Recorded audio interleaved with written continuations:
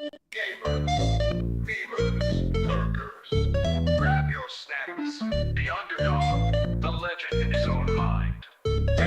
Jaybeazt, dropping memes and bringing heat. Jaybeazt, stream is starting, pull up a seat. Breaking news, trailers dropped. I react and maybe sound a bit shocked. New game hype, I got the tea. Call of Duty, Battlefield, come watch me. Not a big shot, just starting out, but I'll hype your chat and hype my clout. My aim's kinda bad, my joke's kinda worse, but at least I never stream with rehearse. Jaybeazt, underdog with gamer streak. Jaybeazt, laughs, reacts, chaos you seek. Warning. Jaybeazt, you may mispronounce your favorite game. Please remain calm.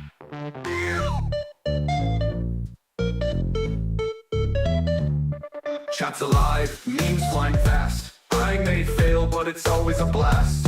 Subscriber hype, not just some friends, but the fun and chaos never ends. Reacting, chatting, sometimes I play, even if I die in the first 5 minutes. Hey, new game breakdown, I'll nerd out loud, making jokes, looking goofy, maybe proud. Jaybeazt, underdog, but bringing fire. Jaybeazt, love by beats, memes and satire. Who's in chat? Beast back. What's the game? Total snack. Level up? Maybe not yet, but we laugh, we hype, you won't forget. Achievements, sure, but I miss a lot.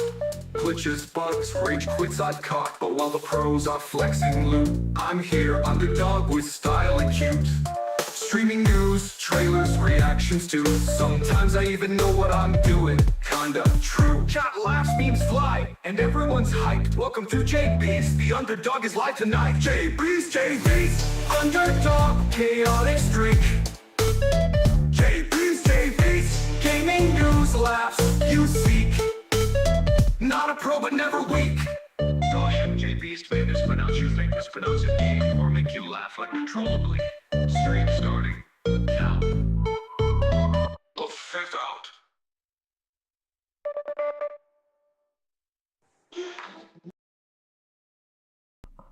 Alrighty then. Welcome to Tuesday stream. Thank you guys for tuning in. This is going to be a special one, obviously, because like we were discussing on the Saturday stream, while we were doing it, we were at 99 subs on YouTube, and as soon as it was done, I checked, it was at 102. So we hit 100 subs on YouTube, which is fantastic. And as promised, I did get a cake from Cheesecake Shop. So we're gonna cut it here and get to the gaming stuff as usual, because that's what we do here. So hope you guys had a really good weekend. I did too. It's current YouTube subs currently sitting at 105, which is fantastic, and I think got like 133,000 views on it, which is, I mean, kind of wild. I just put out a video for my next level up series. If you guys tuning in for that one, you would know this is the series where I give growth update on my channel as to how I've been progressing every month. I've used to do it like every couple of weeks, and then because between couple of weeks there's not a lot of progress, so I decided to sort of switch it to on a monthly basis. So I did a progress update a month ago. In that one, which was level up episode 4, and I was at 51 subs and 87,000 views. And a month later, actually a month and a week actually, so about 5 weeks later, we had 105 subs and 133,000 views, which feels kind of amazing, because it took me about 3 months since I started YouTube to hit 51 subs, and I managed to hit 105 in another extra 5 weeks since that point. So I feel like I've gained a little bit momentum with YouTube, which feels fantastic. It's not massive. It's definitely not massive, but compared to what I've been doing and how the kind of views I've been getting before, I feel like I really did gain a little bit of momentum, which feels really really nice to share with you all, and to be at also. So yeah, so this is today we're celebrating hitting 100 subs, which feels fantastic, and it is no doubt a huge milestone for any creator on any platform, really. So this to me feels like a huge milestone. I know later, when or if we don't know, when we get more and more subs, it feels a little bit like you can't really account for every single sub that you have, because it gets to a point where um, there are so many subs, which is what I've heard a lot of YouTubers say. I wouldn't know what that feels like because I've never been there, but um, I hope to be there one day. Hopefully, with my content, people do find value in what I offer.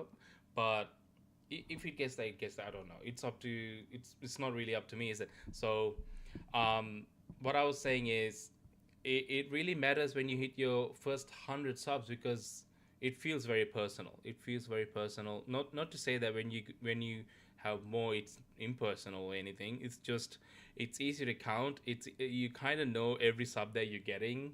You know what I mean? Not maybe not every sub, because if it's not public, you wouldn't know who subscribed. But it's like you're really counting every sub at this point, because you're getting one or two every couple of days, or sometimes even lose subs. I've actually talked about this in my level up episode, where I I gained uh, a sub, and then the next day I wake up to having less subs, like one or sometimes two subs actually gone.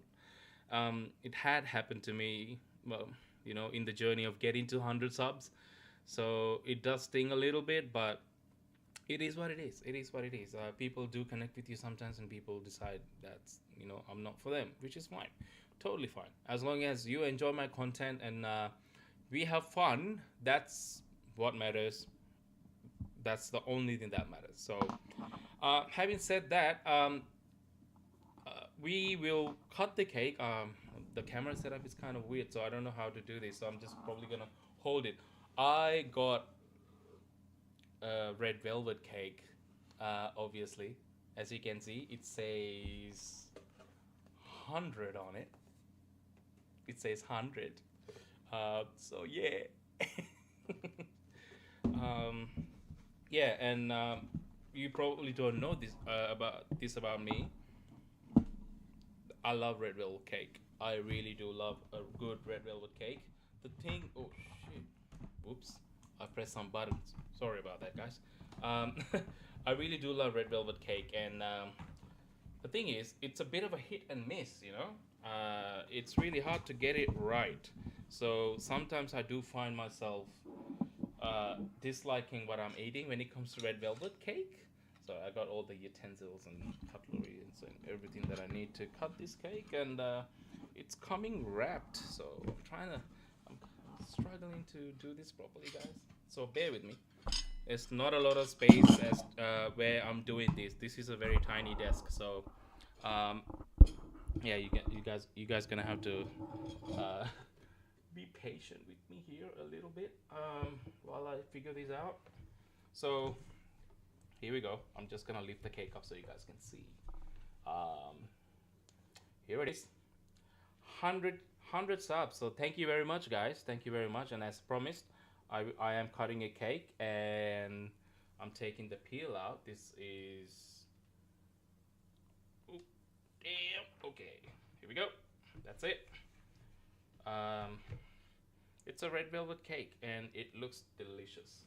And I'm gonna have a bite. I wish I could actually share this with all of you. I really do. If I could actually get everybody, all the people who subs to me, and get everybody in one room and actually cut this cake and share a piece with everybody, I would do that. I really would. Nothing would make me happy, but instead, I'm just gonna have to take this. Probably gonna keep this one. uh, and cut a cake live with you and just eat it with you guys. I guess that's probably what I'm gonna have to do. So, hang on, let me cut this. I'm gonna hold it up. This is very tricky. So this is the cake. There you go. I'll just cut it like this. Hopefully, this red velvet cake is nice because I actually haven't had red velvet cake from Cheesecake Shop before.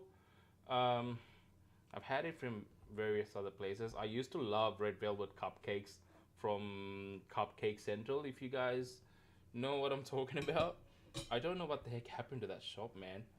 When I used to go to uni back in the day, there I used to go to Swinburne in Hawthorne, and there used to be a cupcake shop right around the corner where the campus was in Hawthorne, and I used to go there very frequently just to have a red velvet cupcake, and it was fantastic. I love their cupcakes, especially that red velvet cupcake. It was very nice. So yeah, I have just realized that I forgot to get a spoon, so I'll be right back. Just stay with me there. Just stay with me.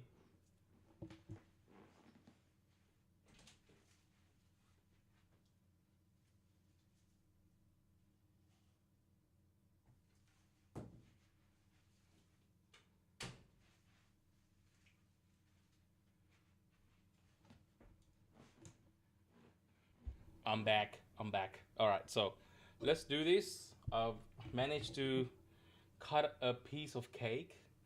Here it is. So happy 100 subs, guys. I mean, happy 100 subs to me, I guess. I'm gonna eat this thinking of all of you and thanking all of you for supporting everything I'm doing. I literally started this YouTube channel not knowing what to expect, and here we are 4 months later with 105 subs now, and uh, I have kind of figured out what I want to do now, and I'm trying it. I'm improving every day. I'm trying to do it better every single day, and this is all thanks to all of you who looked at my videos and thought, okay, this guy's got something, and decided to hit sub, and decided to hit a like, decided to comment, decided to engage in my video, even with just a view, everything, all of that counts, and it's all because of that I'm here, and the reason why I want to continue to do this. So, cheers to that. Let's see how good this is. Okay. Okay.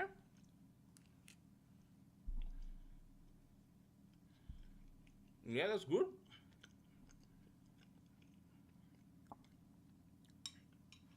Okay. All right.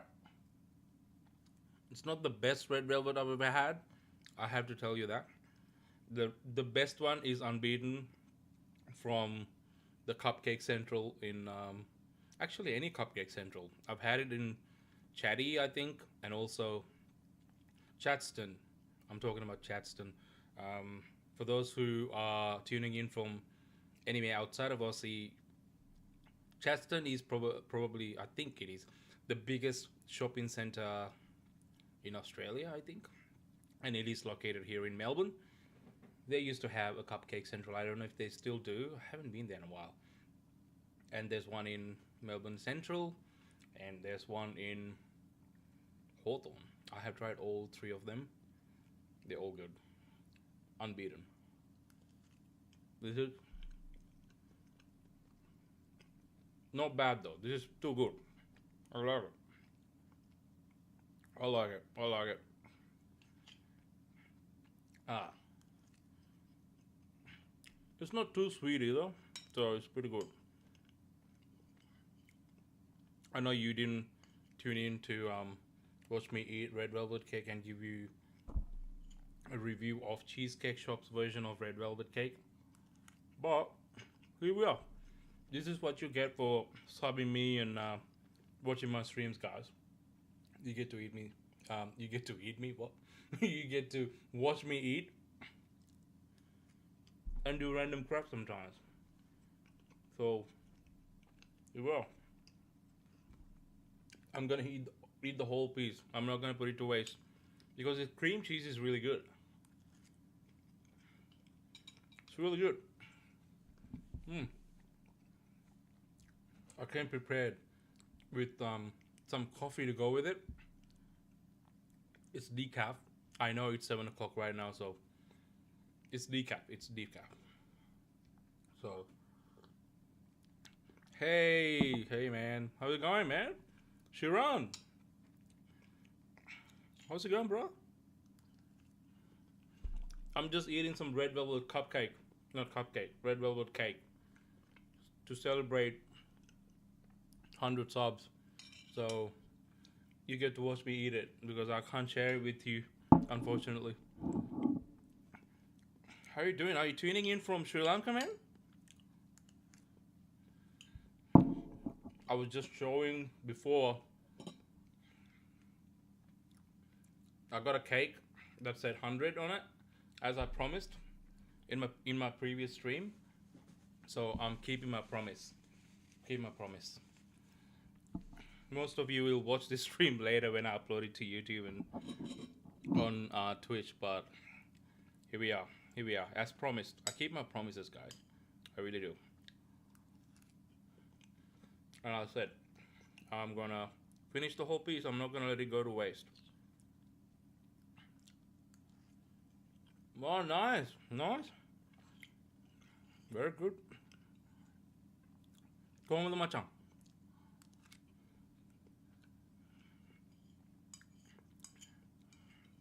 Alright, I'm almost done. As soon as we're done with the cake, we can start with the gaming news stuff that I promised that I will do today. So let's crack on soon. Anyway, like I said, thank you so much for 100 subs, and really means a lot to me. And like I said, it's because of you guys I get to do this, and you know, really enjoy what I do as well. So thank you. And let's just crack on with the gaming stuff now. Inno Machang, yeah, that's it. That's what we want to hear. And I'm having my decaf coffee right now. So it's decaf. It's definitely decaf. I've already had 2 coffees today, so I don't think I want to have another one. I'll be getting coffee jitters and just jittering all over the place, you know. I don't think you guys want to see me do that. Don't think that's going to be very appealing on the stream, you know. All right, so I actually don't have a lot of stuff to cover today. It is going to be a short stream, but what I did want to talk about. I do want to give you an update. I am working on the video that I told you guys about on my last stream. Remember, I told you that one of the devs from Sri Lanka reached out to me, and they wanted me to test out a demo, which is not like super special. It's available for everybody, but they wanted me to check out the demo, play it, and give my honest impressions on the game. It is still a work in progress, so they only have a demo available, and it is coming out next year, I think. I don't want to give out the details on the stream yet. I'm still playing through it, so I will probably aim to have that video up by the weekend, this weekend, so you can you can tune into that one. In the meantime, go watch my level up video, which I just put out today, which is the 4-month update on my channel progress. I've been here for 4 months, so I don't have a. I mean, it's been kind of a journey. So hopefully you guys enjoy that as well. It's a very short video compared to the last one that I put out, so it'll be a quick one, quick watch. So thank you very much. So let's crack on. To start off, what I wanted to watch with you guys today is Crimson Desert preview that IGN had put out. So if you've been tuning in, you know that I love Crimson Desert. I mean, it's one of the games that I've been keeping my eye on for a while now, and I'm still kind of unsure about what to do. What what to do, what to think about the game, because it looks really good on the surface, and they put out a ton of gameplay out there for us to see, a lot of boss battles and some exploration videos as well. However, they still haven't really um, shown what it's like to straight up play it for a couple of hours, what the quiet moments look like. So I'm still sort of cautiously optimistic about the game. I still want to see more of it. They've only been showing a lot of the boss battles through IGN first for this month. They still got a few months to go, so I'm hoping that they will put out more. But they put out IGN put out a exclusive preview for Crimson Desert, and I want to see what they have to say. Hopefully, that will give us some indication as to what to expect. So I think it just went up this morning or something, and just in time for our stream. So let's watch it together. Sharon, you there, my man? Hopefully you're still there and you can watch it with me. All right, let's dig in. Here we are.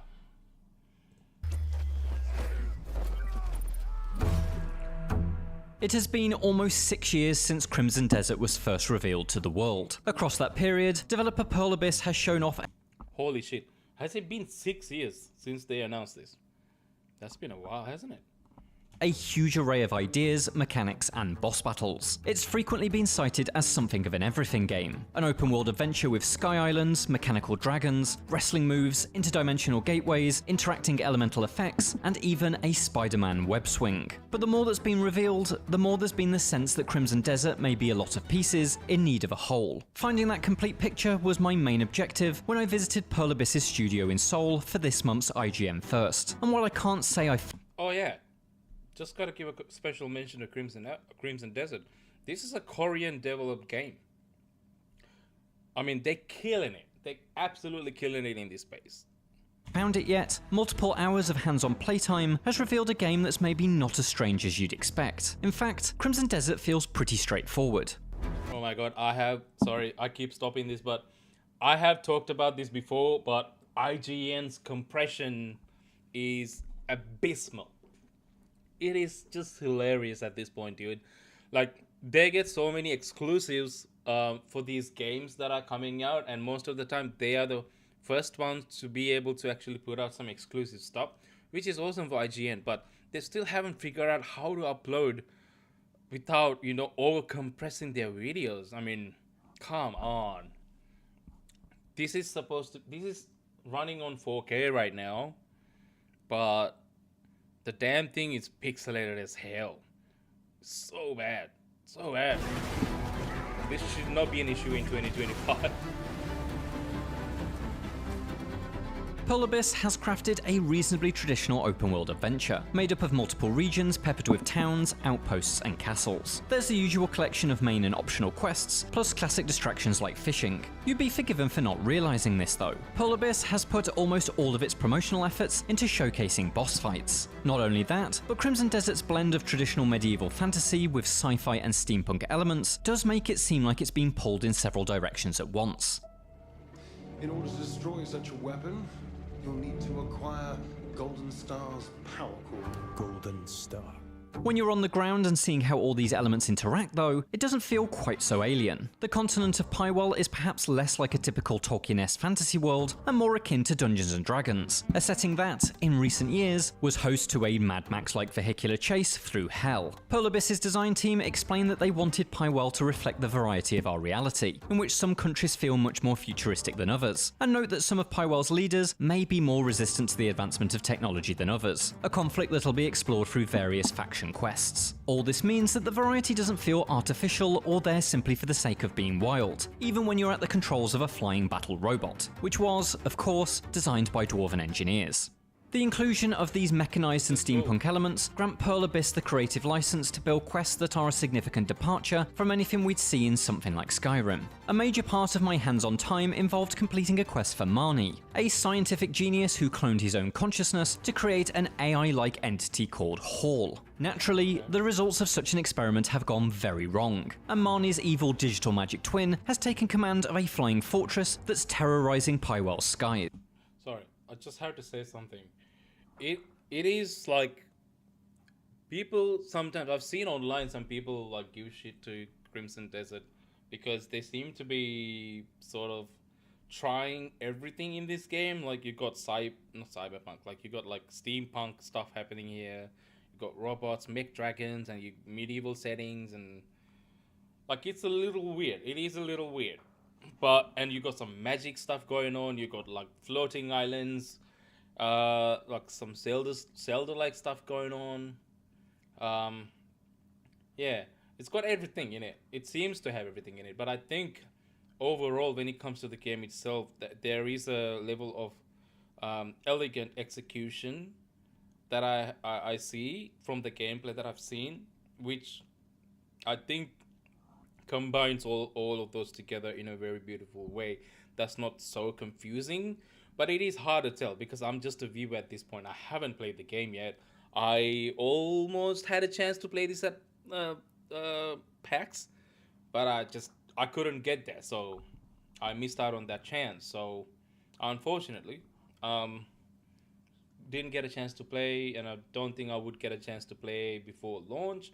So I am merely a spectator, just speculating at this point. However, I just gotta say, man, I think they do have their crap together.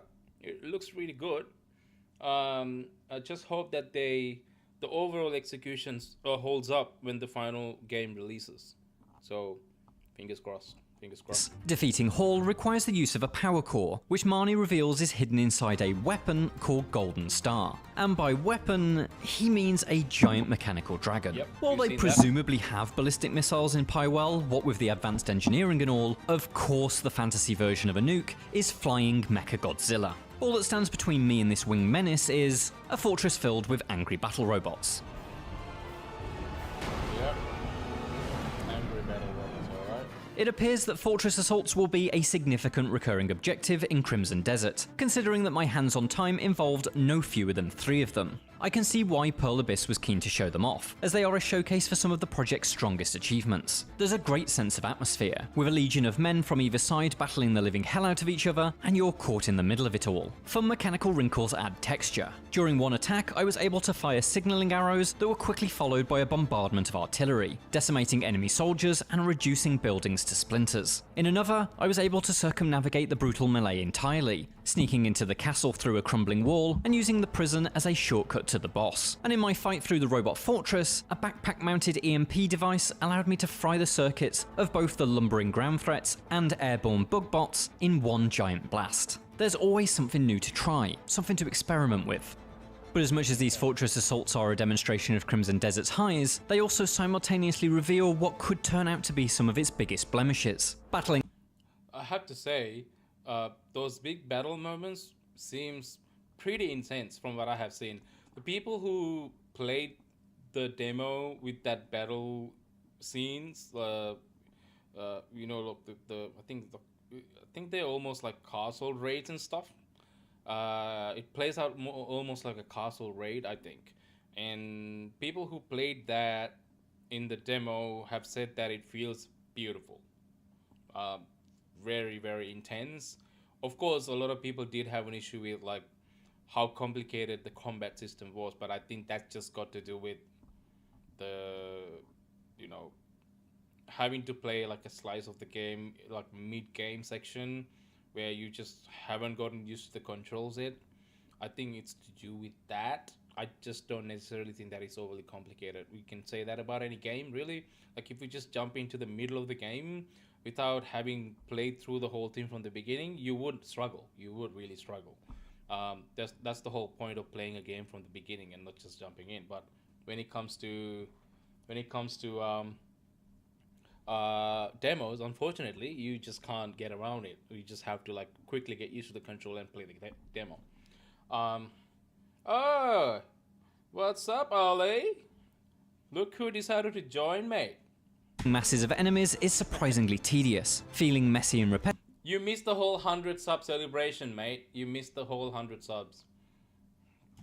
Rather than an engaging chain of frontline fights. An awkward lock-on feature pushed me away from one-on-one duels into a more freeform playstyle, but that came with the baggage of imprecise strikes and occasionally kicking the air instead of faces. Absolutely none of these issues hamper the boss battles, which was my only experience of Crimson Desert prior to this demonstration, and I was quite surprised at how different combat can feel in alternative scenarios, even when using the same moveset. It's in these smaller, less refined details where Crimson Desert threatens to lose itself.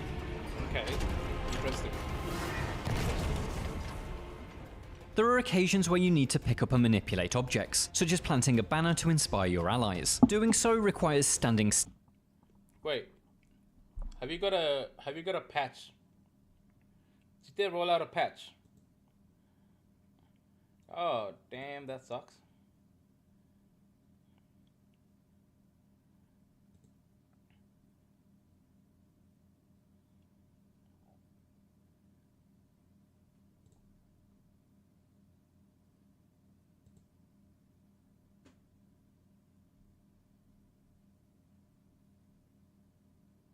Oh, dude.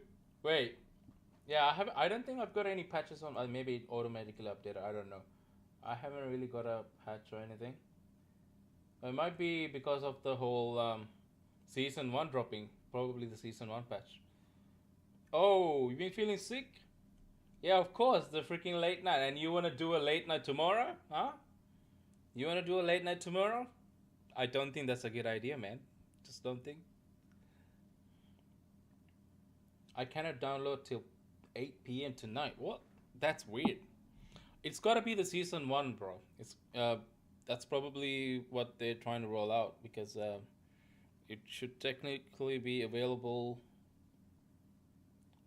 tonight or tomorrow night. Yeah? Tonight, right? Yeah, I don't have it yet. It's not available for us to play. You're doing it late. All right. If you say so. If you say so. My multi-chat is not working. It's not popping up on the thing. Weird. That's weird. Oh, you're on YouTube. Hey, that should come up still. What the heck? Very weird.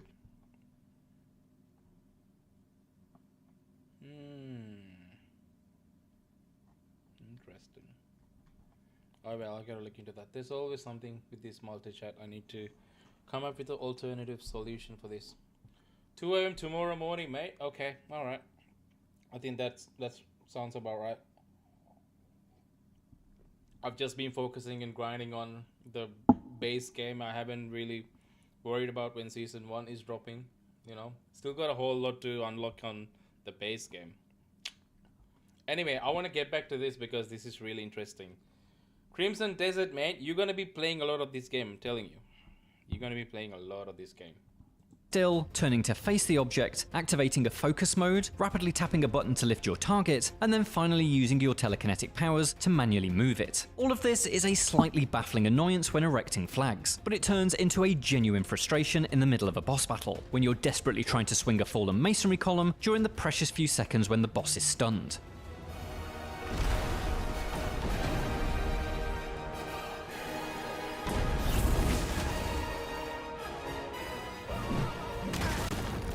Thankfully, no such awkward ultra hand juggling is required to extract the power core from Golden Star. As we explored earlier this month in our making of feature, this is a boss fight with a unique mechanic that must be discovered in the quite literal heat of battle. The dragon's flaming breath activates an array of pylons dotted around the arena, which then It is very interesting how much thought has gone into different bosses in this game. They literally thought out like every single mechanic down to like just how to attack them. It's just a whole different system for each boss, which is so cool. I'll send you the pic of it. It's like, yeah, okay. Let me check. Is it on Insta? Yep. ID multiplayer HD marker Battlefield 6 single player HD. Okay. Yeah, HD. Well, you been playing it on standard definition, bro? What is going on here? Yeah, I'm not sure. So apparently on PS5, I don't know if you can see that, but you probably can't. But yeah, you're getting damn, this is bright. Can you see it? No, you can't see it. Anyway, you're getting a bunch of updates on PS5 right now, which some of them you cannot install until 8 p.m. it says, which is very weird. But that's what is happening apparently. I don't have Battlefield on PlayStation 5. I've got it on Steam, so I haven't really seen any updates come through. I just checked to see if there are any updates that are missing, but properties, no, it doesn't have any update. No updates. Let me play, which we will be doing after this gaming segment. So buckle up, buckaroo.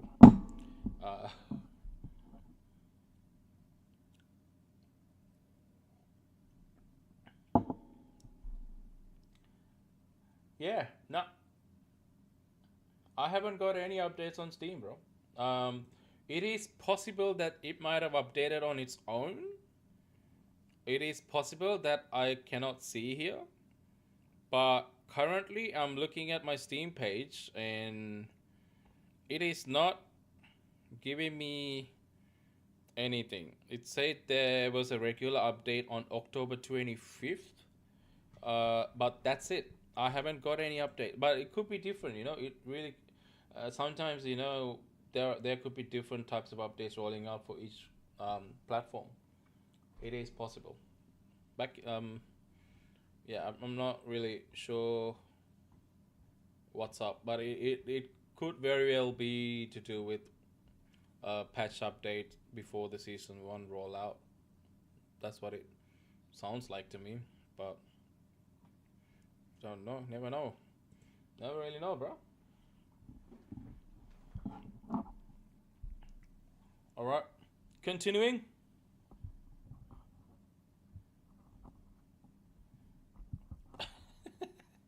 So you're gonna have to stop the game at 8 and then install it. Is that what is gonna happen? So you'll be playing it and then it'll just force the installation through at 8 p.m. and then you're just gonna have to stop. Is that what it is? Weird. Never had that happen to me on PlayStation before. It's pretty weird. Or is it? Do you have the option to just keep playing and then install it afterwards? Interesting. Well, I guess we'll find out at 8. Let me know how that goes. If you go off at 8, we would know, which is actually very soon. So let's wrap this up because I did promise this will be a short stream. This is what we're going to be looking at, and then we're going to wrap it up. Anyway, 3-4 gigs is not big, dude. What do you live in, like freaking 1950s? 3-4 gigs is like, what? You should be able to download that in like 5 minutes. No? Okay. Alright, well, continuing. Dispense EMP bombs that you can fire from an arm-mounted cannon. The system creates a repeating phase loop. Golden star circles above, belching the flames that produce the EMP bombs that will eventually bring him crashing to the ground, where you can unleash a barrage of strikes until he reboots and begins the cycle anew. Polar Bears are keen to point out that you don't have to do this. You could, for instance, use lightning-reefed arrows to apply a stun, or simply chip away at his health bar with ranged attacks. But I feel that the real enjoyment in all of Crimson Desert's boss fights have been finding the unique mechanic built into the arena or even the enemy itself. Like I said, it is so cool that they have given you like so many options to take down a boss, no matter how different each boss is. There's no one certain part that you have to take, and you have so many stuff in your arsenal that you can use to sort of be creative with it, which is amazing. I don't think I've seen that in many games, especially not RPGs like this that are open world. Haven't really seen it. It's very cool. It will be funny as heck that you can only start downloading at 8 p.m. Yeah, man. I just don't. That's very weird. It hasn't happened to me before. It's very weird that you can't download it and then upload it now, and there's a certain time attached to it. Very weird. I just don't even know what that means. Like, if you, it might force you to just stop the game at 8 and then have the whole thing downloaded before you can continue on. Because especially with given that it's an online game, that might be the case. Who knows? Can't think of a recent moment when that happened before. I don't know. We'll see what happens. Bosses are not the only thing in need of conquering. Suspended high above Pywall are a scattering of Abyss Islands, accessed through portals that are unlocked with mysterious Abyss artifacts. These islands kinda appear like to come in Zelda. multiple guises. Last year we saw that one of them is home to an alchemist called Alastin and his Library of Providence, and my hands-on session included one that was more akin to Zelda's puzzle shrines. Its checkerboard floor was essentially a room-sized circuit board in need of a total rewiring, and finding the correct This is giving me like major Zelda vibes, but in a good way. path through the grid of rotating flagstones unlocks the island's treasure trove. This is, of course, the sort of puzzle you've solved in everything from Watch Dogs to Bioshock, but I enjoyed how your equipment is integral to completing it. Your lantern illuminates the correct pathway, and your grapple hook is used to spin each tile. So while this challenge is not particularly taxing, I hope its solid foundations are the basis for more interesting puzzles that await among the clouds. When you've uncovered an Abyss Island's secrets, you can leap off the side and float down to Earth, where plenty more traditional open world fare awaits. There are towns That's so cool. I just want to do that. I just want to go into those floating islands and just jump down. You know, it looks great. It looks great. Like the draw distance is amazing. You're gonna get in one game? All right, man. All right. I'll see you in the game very soon. I'm just gonna check out this video. So right after this, I'll be joining you. to visit, in which you'll find shopkeepers to trade with and bounties to take on. Out in the wilderness, there are camps to clear out and roaming barbarians to slaughter. And then there's the factions. From what I glimpse in the menus, there are dozens and dozens of them, although some will be more can ride important a than others, bear. I'm told. A few have their own quest lines, such as House Wells, a family of nobles led by a duke who's lost his castle to rebel forces, a situation that's the catalyst for one of those aforementioned fortress assaults. Pearl Abyss was quick to clarify that these groups are not like Fallout's factions, and allegiances with them won't change the course of the story or impact Crimson Desert's ending, which is set in stone. And so I'm left wondering, what are the faction quests in aid of? When asked, Pearl Abyss's design team explained that they were there to ensure that the factions felt like significant actors in the plot, and that they offered more content for players to complete. That considered, I am a little apprehensive that at least some of Crimson Desert's offerings will be stuff to do rather than meaningful interlinked opportunities. That brings Okay, alright, so I get that Crimson Desert devs have said that these faction quests don't necessarily have interlink opportunities to like sort of like change the stories in a way. The story itself is kind of set in stone, and factions quests are purely for you to have more context. I can see why some people have an issue with that, because we've been so conditioned to always, you know, the stuff that we do in a game to always have a meaning all the time. But I think it's to do with having the right expectations. So if as long as you go into this game with the correct expectations and your expectations align with what the game has to offer, I don't think you're gonna have an issue with that, honestly. I mean, it doesn't, not everything that you do in the game necessarily have to have, you know, consequences all the time, right? I think that they are pretty confident with the story that they want to tell. That's what it sounds like to me. I feel like they want to tell this story in a way that it doesn't really crowd with so many decision making and pathways that really can litter the story if you're not doing it properly. There are exceptions to this, like, you know, Witcher 3 for an example. Many different endings, but all are done very smoothly through the decisions that you make in the game throughout the campaign that you play, the story you play. But not many can pull this off, and that's okay. As long as you get a really good game, um, it doesn't matter. Like the faction quest is not gonna affect your the story. That's fine. You can still play them and have fun with it, right? As long as they're really good. Um, yeah, I just don't think necessarily that's a bad thing.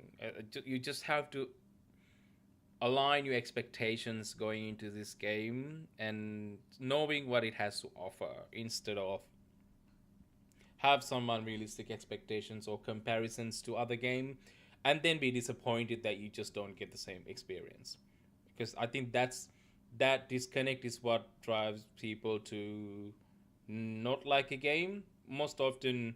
If you go into a game exactly knowing what you have to expect, at least in terms of what you're getting, not necessarily like the game story plots or whatever, like what kind of game it is, I think most of the time you're just happy playing it, you know? So, yeah. I don't know. Let me know what you guys think, because I think, like he says here in IGN, I just don't think that'll be a huge issue as long as, the main story is pretty solid, and it doesn't really have to have all this thing, everything else, all the little bit of things that you do in the world don't have to have consequences or repercussions, and affect the main story in a big way or even a small way. If the story that they want to tell is set in stone as for the main story, that's fine. You get your side quest, you get your faction quest, whatever. You just play them and be happy with it, you know? It's the execution. It'll come down to execution and, moment to moment gameplay, how that feels. If it feels good, I just don't think it's going to matter that much. Brings us back to my very first question. What is Crimson Desert as Oops, sorry. a whole? I know it's a vast open world with deep back. fighting game linked opportunities. That brings us back to my very first question. What is Crimson Desert as a whole? I know it's a vast open world with deep fighting game inspired combat that works better against bosses than it does against fodder. It's got spectacle laden quests that take you from in the mud castle assaults all the way up to aerial dogfights. And it's littered with good time distractions, from fishing and bounties to taming bears and buckling up in a battle mech. But I'm still waiting to discover the glue between all this that elevates an open world to new heights. Shadow of Mordor has the Nemesis system, which chains its enemies together into a foe-conquering big picture. Red Dead Redemption 2's systems are united by a pursuit of realism and authenticity that makes its campaign feel like a life lived rather than a game played. And this year's Ghost of Yotai links every activity on its map to Did he just say Ghost of Yotai? I'm not sure if Yotai. a new unlock on your skill tree, ensuring even little diversions are a growth opportunity. That's the stuff that's so far been missing from Crimson Desert's demonstrations, and the thing I hope will eventually be revealed when I get to play multiple consecutive hours rather than a collection of isolated quests and bosses. Without it, I still think Crimson Desert stands a solid chance at being an overall good time, but with it, it could become something much more special. For more from Crimson Desert, check out our Yeah, okay. So I do agree with that last point that he raised. Like I said just before, we have seen a ton of gameplay when it comes to Crimson Desert, more than most of the games that we see these days, However, we still haven't seen a lot of moment-to-moment gameplay as of yet. We did get like a 47 minutes of gameplay, but it mostly was like showcasing that big battle castle raid scenario, and we've seen a lot of boss fights, which is they put a lot of emphasis on the boss fights. However, moment to moment gameplay, what do you do when you get from point A to B? What does that look like? Do you get distracted by stuff? Is there like things to do on the way? They say there's fishing and stuff. Like, what does that look like? We haven't really seen those, like what it looks like when you're not doing anything. I think that's also important for them to showcase. I don't think they're doing it because like it's shit or something. But it is the moment to moment gameplay, getting from A to B tends to be a little bit more boring than showing off, boss fights, which are the cool stuff, right? Which are the highlights. But if you take any game, any open world game, getting from one place to another always involves, a little bit quiet time. That's what it's supposed to be. And you do get distracted by a lot of stuff, little bitty things and nooks and crannies in the world, which is what it's supposed to do as an open world, right? Um, the latest example that I can think of, which I'm still playing by the way, I haven't finished Ghost of Yote.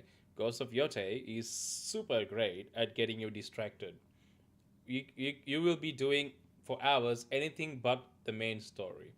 I've sunk in like, I'm not gonna lie, I think, let me just check. I think on my PS I've 68 hours. 68 hours into this game.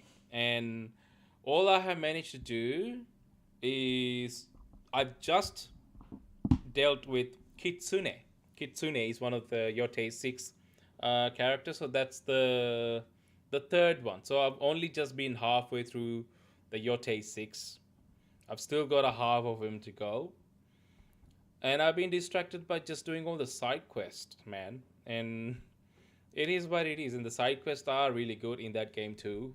They're not super in depth like Witcher 3. Witcher 3 is a whole new level, but they are still super engaging, and you still want to like do them because they're some of them are really funny too. Some of them are very unexpected surprises. So like I said, that's kind of what open world supposed to do, and I haven't seen that part of this game, which is what I hope they would show off in the coming months, because this is not coming until next year March. Still got a few months to go before they have to lock everything down. So I hope that's what they would do, that they will show off that moment to moment gameplay. I hope that they would maybe get people to try the game, which I think would be really good for the game itself, because it is kind of a debut for the studio for this kind of game. They made Black Desert Online, which is an MMORPG, I think. I haven't played it, but this kind of like, open world action RPG, bespoke adventure style open world single player game, they haven't done before. So this is totally ambitious to what they have done before. So I think it would really help them to get people to actually try it, and like, a couple of hours, or at least, several hours of the game, at least early sections of the game, just before launch, and get them to, preview the game and give their honest impressions. I would love to do that myself, but let's face it, I'm not that big. I'm not even big at all. So the big YouTubers out there who are doing this stuff already. So it would be really good for them to actually get their hands on and actually showcase what the game looks like from moment to moment, and that'll probably get a lot of people over the line to actually spend their money on this game. So I really hope they do that. I just don't know what they will do. IGN first is great and all, but I would like to see some really good quality gameplay as well. I'm kind of sick of seeing IGN's overcompressed slop at this point, because everything just looks pixelated to death. So it's really hard to make out the details in that game. I'm sure that it looks way better than what it looks like in these IGN videos. I really want them to put out like good quality high res gameplay for people to see as well. Even if the same gameplay they put on IGN, if they re-upload it with this garbage over compression, that would be nice. That would be really nice. So I hope they do that as well. But yeah, let me know what you guys think of this game. I'm really, really hyped, but like I said, I'm cautiously optimistic about it. But yeah, just keeping my fingers crossed and really rooting for this game, because I hope, I really hope that it has a great potential. So I hope they nail it. I really hope they nail it, because it's got a lot going on, and it would suck that all this ending up amounting to not much. That would suck. So I really don't want that to happen. Not after all we've seen. Yeah. Okay. So, yeah, so that's pretty much it for today. I did tell you that this is going to be a short stream, and oh man, this is kind of all over the place, but thank you so much for tuning in, guys. And just before I go, thank you so much for thank you so much for 100 subs, and for making me eat a red velvet cake. I really did enjoy that, doing that, because I love red velvet cake, so I don't mind. One day I hope to share with all of you. I hope to share cake with all of you. That would be nice, and we can maybe even actually do that.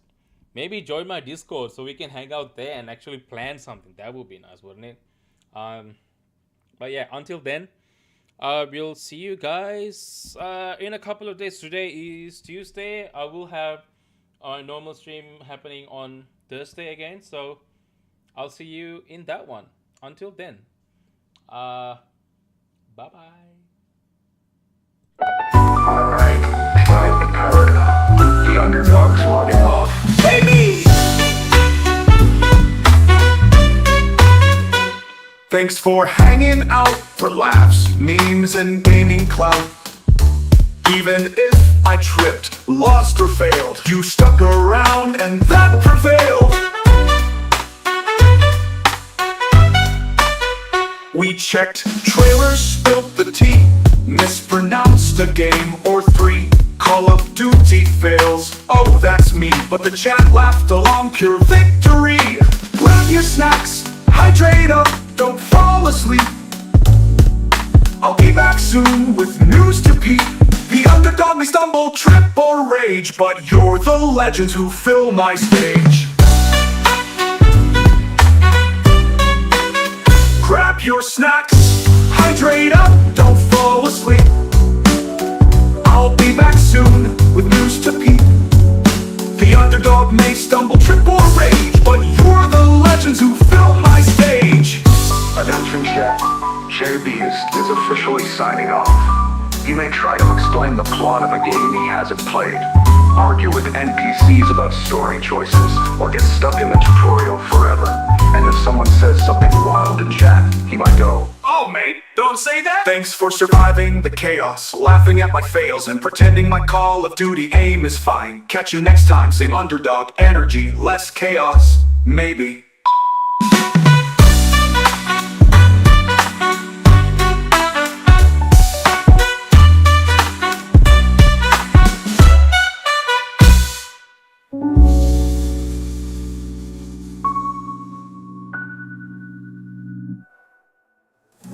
But thanks for surviving the chaos, laughing at my fails, and pretending my Call of Duty aim is fine. Catch you next time. Same underdog energy, less chaos, maybe.